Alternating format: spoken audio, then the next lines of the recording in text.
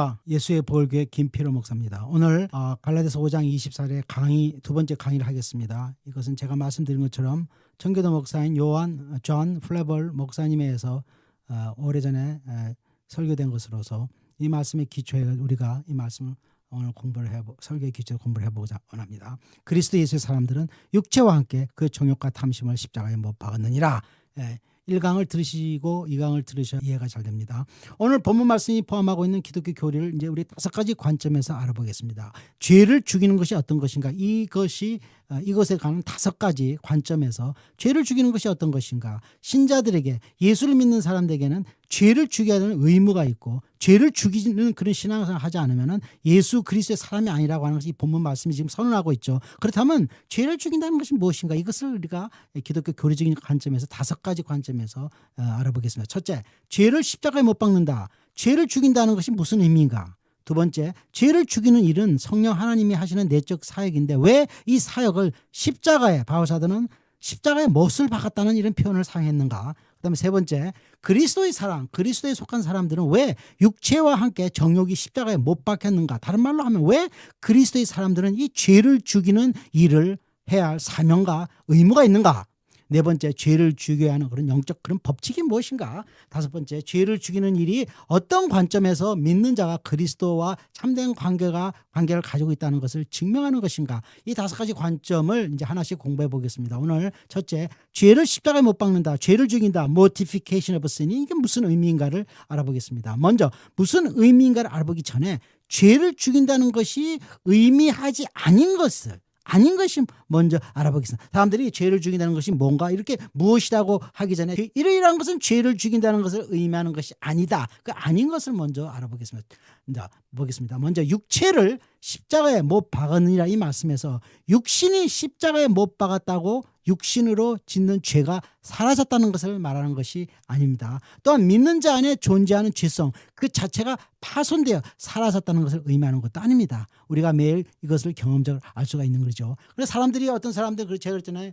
그 무율법주의자 안티노미아니즘은 예수님이 십자가에서 우리의 죄를 다 죽이셨다. 그래서 우리는 율법으로부터 자유롭다. 이렇게 생각하는 사람 많지만 절대로 육신이 십자가에 못 박았다고 해서 우리가 있는 죄가 사라진 것이 아니라는 것입니다.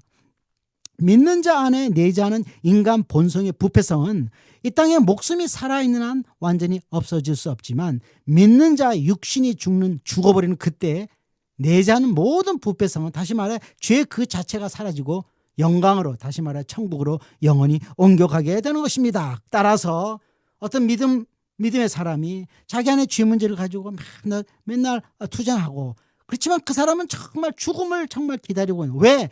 죽는 그 순간에 자기 안에는 모든 부패성이 사라지면서 그때 그 순간에 그 영혼이 영광 속으로 들어가는 거예요. 영광 속으로. 그렇죠? 그렇지만 살아있는 한, 이 땅에 목숨이 살아있는 한 우리는 이 아담으로부터 받은 이 죄성이 남아있는 죄성, 이 죄성은 안 믿는 자들처럼 그 죄성이 그들의 영혼을 완전히 지배하는 것이 아니라 우리가 남아있는 그러니까 뭐 그런 거 있잖아요. 청소 다 하고 남아있는 죄성이 그것은 굉장히 아직도 맹독한 것이기 때문에 왜냐하면 그것이 원죄로부터 왔기 때문에 그 맹독성을 우리가 관리를 못하면 그러면 그것이 영혼 자체를 부패시킬 수 있는 그런 위험성이 그래서 이 죄와 싸우는 죄를 죽이는 의무가 예수 믿는 사람 천국 가는 백성들에게 당연히 있는 것입니다. 따라서 주님과 아무리 훌륭한 연합의 삶을 이 땅에 산다고 해도 아무리 많은 헌신을 한다 그래도 믿는 자는 절대로 완전한 거룩을 이룰 수 없는 것입니다. 죄인이 예수를 믿게 되면 생명의 법칙과 죄의 법칙이 공존하게 되는 그 존재가 기독교인입니다. 예수를 안 믿는 사람, 우리가 얘기하는 거듭나지 않은 사람들, 이런 사람들은 죄의 법칙이 그 사람의 영혼을 완전히 % 장악을 하고 있죠. 그러니까 이 사람들은 뭐 고민할 것도 없어요. 그래서 계속 죄를 져도 그것을 무슨 죄의식도 느끼지도 않고 그렇지만은 예수의 피로 인하여 우리가 얘기하는 거듭났다. 내 안에 새 사람이 있다. 이렇게 하는 그런 신앙은 그 마음속에 그 영혼 속에 그 사람 속에 이런 생명의 법칙 그리스도의 피 은혜로 인한 생명의 법칙과 죄의 법칙이 같이 공존하는 존재가 기독교인이라는 것입니다. 이것을 바울 사도는 로마서 7장에서 잘 설명하고 있습니다. 7장 17절은 구체적으로 이것을 말하고 있습니다. 7장 10절에 말하기를 이제는 그것을 악을 행하는 자가 내가 아니요 내 속에 거하는 죄니라. 내 속에 죄가 내가 원하지 않는 것을 한다고 그러고 그것을 죄라 그러면 죄. 그리고 그것을 나중에 가서 그것이 내 안에 내가 법을 발견했다. 자기 안에 있는 죄를 법이라는 거, 법. 그 얘기는 뭐냐면 내 안에 있는 이 죄라고 하는 것은 하나의 어떤 법칙으로서 법칙 양식이 뭡니까? 반드시 그것은 행해지는 것이 법칙 아닙니까? 그래서 바울 사도는 자기 안에 죄가 거한다고 말합니다. 근데 바울 사도가 누구입니까? 그때 로마서를 살 당시 바울 사도가 누구입니까? 우리 기준으로 보면 성인 중에 성인이지 않습니까? 그러나 자신은 자기 안에 있는 죄를 보고 한탄하고 괴로워했습니다. 내 속에 죄가 거한다는 바울 사도의 고백은 예수를 믿고 죄사함을 받고 아무리 죄를 죽이는 삶을 철저히 하면서 사는 천국 백성이라고 해도 그 사람 안에 있는 죄는 계속 존재한다는 것이 성경의 가르침입니다. 로마서 7장에서 바울 사도가 말하는 믿는 자 안에 존재하는 두 가지 법칙, 생명의 법칙과 죄의 법칙이 있는데 이 두 법칙이 서로 싸운다는 것을 23절에 이렇게 말하고 있습니다. 내 지체 속에서 한 다른 법이 내 마음의 법과 싸워 내 지체 속에 있는 죄의 법으로 나를 사로잡는다. 바울 사도는 자기 안에 두 가지 법이 서로 싸우고 있다는 거예요. 하나는 생명의 법이고 하나는 죄의 법이라고 그러잖아요. 그렇죠? 이 동일한 현상을 바울 사도는 갈라디아서 5장 10절에서는 다르게 표현하고 있습니다. 우리가 잘 알고 있죠. 갈라디아 5장 10절 육체의 소욕은 성령을 거스리고 성령은 육체를 거스르나니 이 둘이 서로 대적함으로 너희가 원하는 것을 하지 못하게 하려 함이니라. 이 둘이 서로 대적한다. 이 말씀이 로마서 7장에 나오는 내용과 같은 것입니다. 서로 대적한다는 것은 싸운다는 것이고 싸운다는 것은 한쪽이 이기고 다른 쪽이 진다는 것 아닙니까? 성경이 가르쳐주는 누가 기독교인인가 하면은 그 사람의 내면에 기독교인들의 내면에는 두 가지 법칙, 생명의 법칙인 성령과 죄의 법칙인 육체의 소원이 서로 싸우고 있는 그 상태를 가지고 살아가는 사람들이 기독교인이라는 것입니다. 오늘 말씀에서 바울 사도는 그리스도 예수의 사람들은 육체와 함께 그 정욕과 탐심을 십자가에 못 박으느니라. 믿는 자 안에 있는 죄의 본성이 십자가에 못 박겠다고 하지만 그렇다고 해서 죄의 세력이 갑자기 다 죽어버린 것이 아니고 십자가에 못 박힌 사람이 천천히 죽어가는 것처럼 우리 안의 죄성도 결국은 마지막에 가서 완전히 사라질 것이지만은 이 땅에 살고 있는 한 꿈틀거리면서 어떤 데는 믿는 자를 걸고 넘어지게 한다는 것입니다. 믿는 자 안에 남아있는 이 원죄의 흔적은 아무리 그 형태가 그리스도의 십자가의 사역으로 망가지고 옛날처럼 우리의 영혼을 종처럼 부려먹지는 못하지만은 그것이 로마서 얘기한 우리가 더 이상 죄의 종이 아니라는 말이거든요. 다시는 이 죄의 세력이 그리스도의 십자가 피의 은혜를 입은 사람은 다시는 종처럼 부려먹지는 못해요. 그렇지만은 남아있는 죄의 힘은 믿는 자의 영혼을 완전히 타락시킬 수 있는 그 정도로 맹독성을 가진 그 죄의 힘이 있다는 것을 바울 사도는 로마서와 갈라디아서 알려주고 있는 것입니다. 실제로 우리는 교회에서 어떤 불상사가 일어나는지 자주 봅니다. 우리 안에는 두 개의 대립되는 힘이 서로 싸우고 있고 그 싸움에서 질 때 죄의 힘은 안에서 밖으로 나와서 튀어나오죠. 그래서 실질적인 죄악을 저지르게 되는 것입니다. 시편 65장을 쓴 시편 기자의 고백을 들어봅시다. 65장 3절에서 시편 기자는 이렇게 외치고 있습니다. 죄악이 나를 이겼사오니 우리 허물을 주께서 사시리다. 죄악이 나를 이겼다. 오늘 말씀에서 바울 사도는 죄악이 나를 이기지 못하도록 투쟁하는 믿음을 가진 기독교인들이 그리스도의 사람이라고 알려주는 것입니다. 여기서 중요한 것은 승리한 사람이 그리스도의 사람이라고 말하는 것이 아니라 죄를 죽이는, 죄와 싸우는 것이 기독교인이 반드시 해야 할 의무인 것을 믿고 사는 그 믿음이 그리스도의 사람이라는 증명이라는 것입니다. 하나님은 우리에게 완전한 순종, 죄 없는 신앙생활을 요구하지 않습니다. 왜냐하면 믿는 자들의 내면의 구조가 그렇게 되어 있지 않습니다. 우리가 권투게임을 표현하면 이렇게 표현하고 싶습니다. 상대방에게 한 대 맞아서 넘어졌지만 그래도 일어나서 포기하지 않고 펀치를 날리는 믿음, 그래서 계속 싸워나가는 믿음, 그런 믿음이 구원에 이르는 믿음인 것입니다. 이제 죄를 죽인다는 것이 의미하는 것이 아닌 것을 두 번째로 알아보겠습니다. 죄를 십자가에서 못 박혀 죽였다는 것이 반드시 외형적으로 저지르는 죄를 중단한 것만 의미하는 것이 아니라는 것입니다. 믿는 자들이 외부적으로 드러나는 죄를 짓지 아니한다고 해도 내면의 죄는 우리의 영혼을 컨트롤할 수 있는 힘을 가질 수 있다는 것입니다. 밖으로 죄를 짓는다 하더라도 그렇다고 해서 그 사람의 내면까지 거룩한 것이 아니라는 거죠. 왜냐하면 내면에 있는 우리의 죄는 우리 영혼을 갖다가 정말 이렇게 조정할 수 있는 힘이 있다는 것입니다. 복음서에서 주님이 이와 같은 관련된 말씀을 하셨고 베드로 사도도 이런 영적 현상을 알려주고 있습니다. 우리가 베드로후서 2장 20절에 보면 베드로 사도는 배교의 위험성을 경고하고 있습니다. 만일 그들이 우리 주 대신 그리스도 예수 알므로 세상의 더러움을 피한 후에 다시 그 중에 얽매이고지면 그 나중에 형편이 처음보다 더 심하리라. 세상의 더러움을 피했다는 것은 겉으로는 경건한 신앙생활을 하는 기독교인들을 말합니다. 그러나 이들은 내면에서 싸우는 전쟁에서 죄의 힘에 패했기 때문에 결국 예수님을 잃어버리게 되는 이런 믿음의 사람들이 있을 수 있다는 것을 베드로 사도가 경고하는 것입니다. 겉으로 드러나는 죄를 짓지 않는다 하더라도 믿는 자는 속이 썩어가면 속에서의 그 두 가지의 법칙이 있어갖고 그 싸움에서 지게 되면 믿음을 결국 잃어버리게 되는 것입니다. 주님은 또 마태복음 12장 43절에서도 이렇게 말씀하셨습니다. 더러운 귀신이 사람에게서 나갔을 때 물 없는 곳으로 다니기 쉬기를 구하되 쉴 곳을 얻지 못하고, 더러운 귀신이 나갔다가 다시 들어온다 그러잖아요. 그렇죠? 막 그 얘기는 뭐냐면 속에서의 싸움에서 지게 된다 이거죠. 세 번째로 육신이 정욕과 십자가에 못 박혔다는 것은 몸을 형벌하거나 채찍질하거나 금식하거나 힘든 순례를 하는 것을 포함하고 있지 않는 것입니다. 우리가 옛날에 과거 중세 시대의 기독교에서는 이 몸의 죄를 죽인다는 것을 갖다가 막 육신을 학대하고 금욕 생활을 통하여 이루고자 했습니다. 이 사람들도 죄를 어떻게 극복할 것인가, 죄를 어떻게 죽일 것인가, 이들은 눈에 보이는 이 몸이 죄덩어리다 그래서 막 몸을 갖다 학대하는, 현대에도 일부 이단적 그룹들은 이런 식으로 하는 것이 죄를 죽이는 방법이라 싫어하고 있다는 것을 우리는 가끔 알게 됩니다. 그러나 성경은 영적 타락의 문제가, 우리 내면의 죄 문제는 육신을 혹사한다고 해서 해결되는 것이 아닌 것을 분명히 보여줍니다. 이런 면에서 어떤 사람들은 그렇죠. 그냥 무조건 금식하면 된다. 금식하고 된다. 금식을 하게 되면 사람 몸이 상하잖아요. 금식을 하는 것은 좋아요. 그렇지만은 금식을 하면서 자기 속에 있는 죄 문제를 해결하도록 그 금식을 이용해야 되지, 단지 금식 자체가 자기의 내면의 죄 문제를 해결해 준다고 하다가는 몸만 혹사하고 정말 잘못하다는 생명도 잃을 수가 있는 거죠.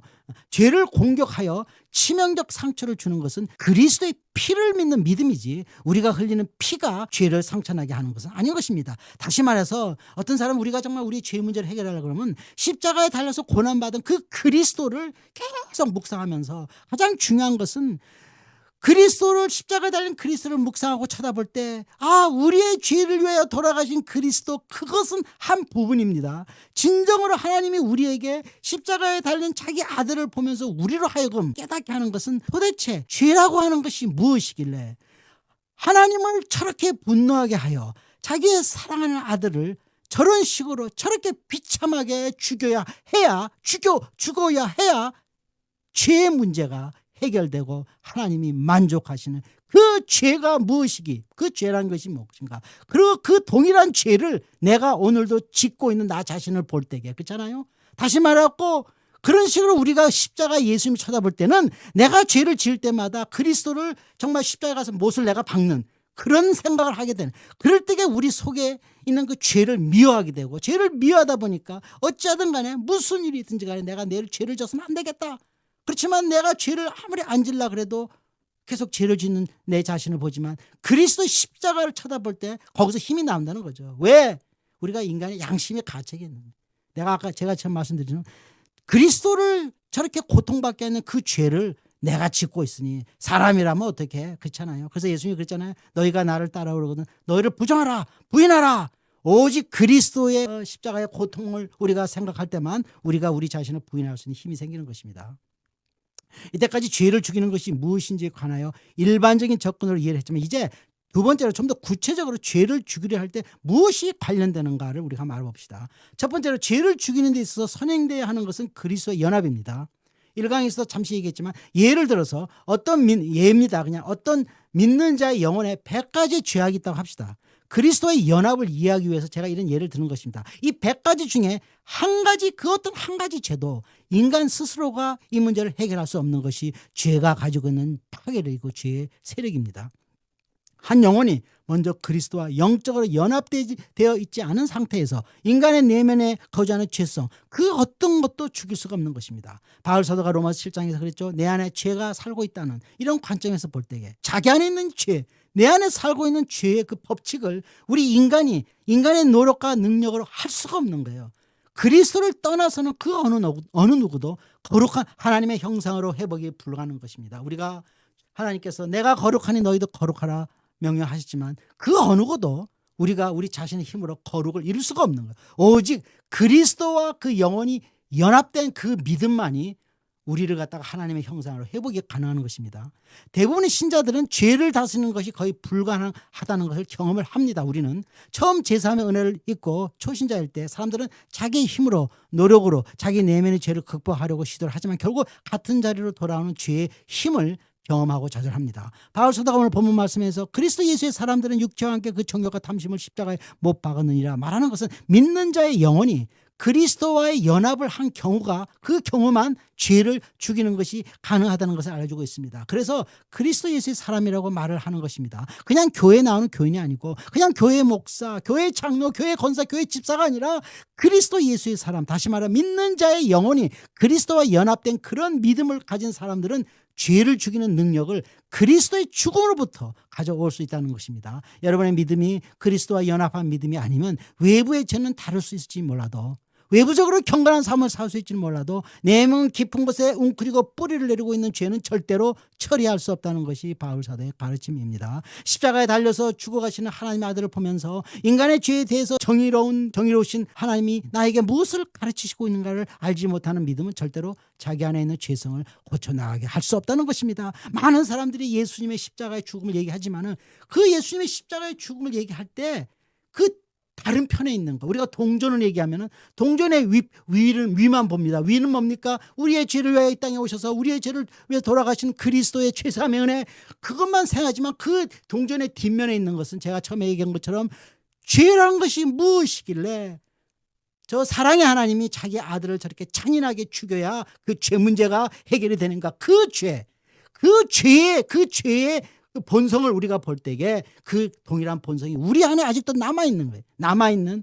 그래서 우리가 예수가 매일 필요한 이유가 되는 것입니다. 우리가 그래서 매일 예수님 앞에 가야 되는 거예요. 어떤 사람들은 예수를 믿으면 역사적인 예수를 믿어요. 2000년 전에 예수께서 하나님의 아들이 땅에 오셔가지고 모든 죄를 다 하시고 일을 다 마치셨다. 역사적인 예수. 그래서 지금 오늘 내가 살고 있는 나와는 별로 관계가 없어. 왜? 예수님이 2000년 전에 오셔갖고 다 일을 하셨기 때문에. 그렇지만은 제가 말씀드린 것처럼 내 안에 있는 그 죄로 인하여 예수가 저렇게 고통받는 그런 예수님의 십자가 죽음을 볼 때는 매일매일 예수가 왜 나한테 구원자인가, 왜 내가 필요한가, 그것을 깨닫게 되는 그 믿음이 구원에 이르는 믿음이라는 것입니다. 두 번째로 죄를 죽이는 사역에 무엇이 관련이 되어야 하면은 그것을 성령께서 믿는 자의 내면에 역사를 하셔야 한다는 것입니다. 성령의 도움이 없이는 믿는 자의 내면은 변하지 않는다는 것입니다. 아무리 결단을 하고 새롭게 시도를 하고 또 다시 도전해 보고 하여도 성령의 도움이 없이는 우리가 죄 죽이는 노력은 열매를 맺지 못한다는 것입니다. 특히 누구에게 깊은 상처를 받아 오랫동안 미움으로 마음이 병들어 있는 사람들을 우리는 많이 만납니다. 사람들이 참 오래 마음의 병, 상처를 입어갖고 그 상처가 가지를 쳐가지고 어디 있는지도 몰라요. 이런 문제, 본인이 자기 문제를 알아서 고치려 해도 고칠 수가 없는 것이 우리 내면의 죄 문제입니다.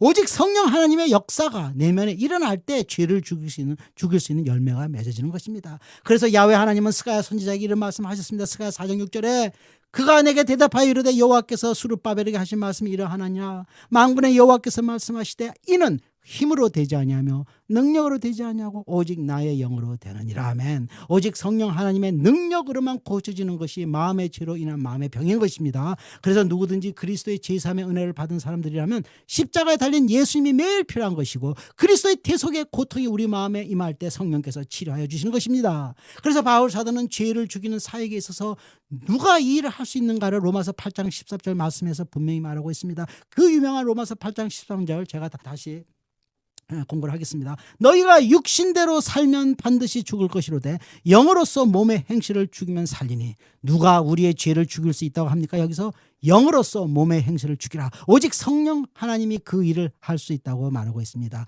너희가 육신대로 살면 반드시 죽을 것이로되 영으로서 몸의 행실을 죽이면 살리니, 이 말씀은 분명히 알려주고 있습니다. 죄를 죽이는 의무는 믿는 자에게 있지만 죄를 죽이는 능력은 성령 하나님으로부터 나온다는 이 진리를 분명히 가르치고 있습니다. 로마 8장 13 제가 말씀하신 것처럼 누구의 믿음이 구원받는 믿음인가를 결정적으로 알려진 아주 엄청난 말씀입니다. 예. 제가 강의를 올려드리겠습니다. 8장 13절은 그리스도의 복음을 받은 자들은 죄를 죽여야 하는 의무가 있다는 것을 분명히 말하고 있습니다. 오늘 본문 말씀에 가르치는 5가지 교리적인 것을 이제까지 2개를 다뤘습니다. 2강은 여기서 끝내고 3강에서 나머지 것을 알려드리겠습니다.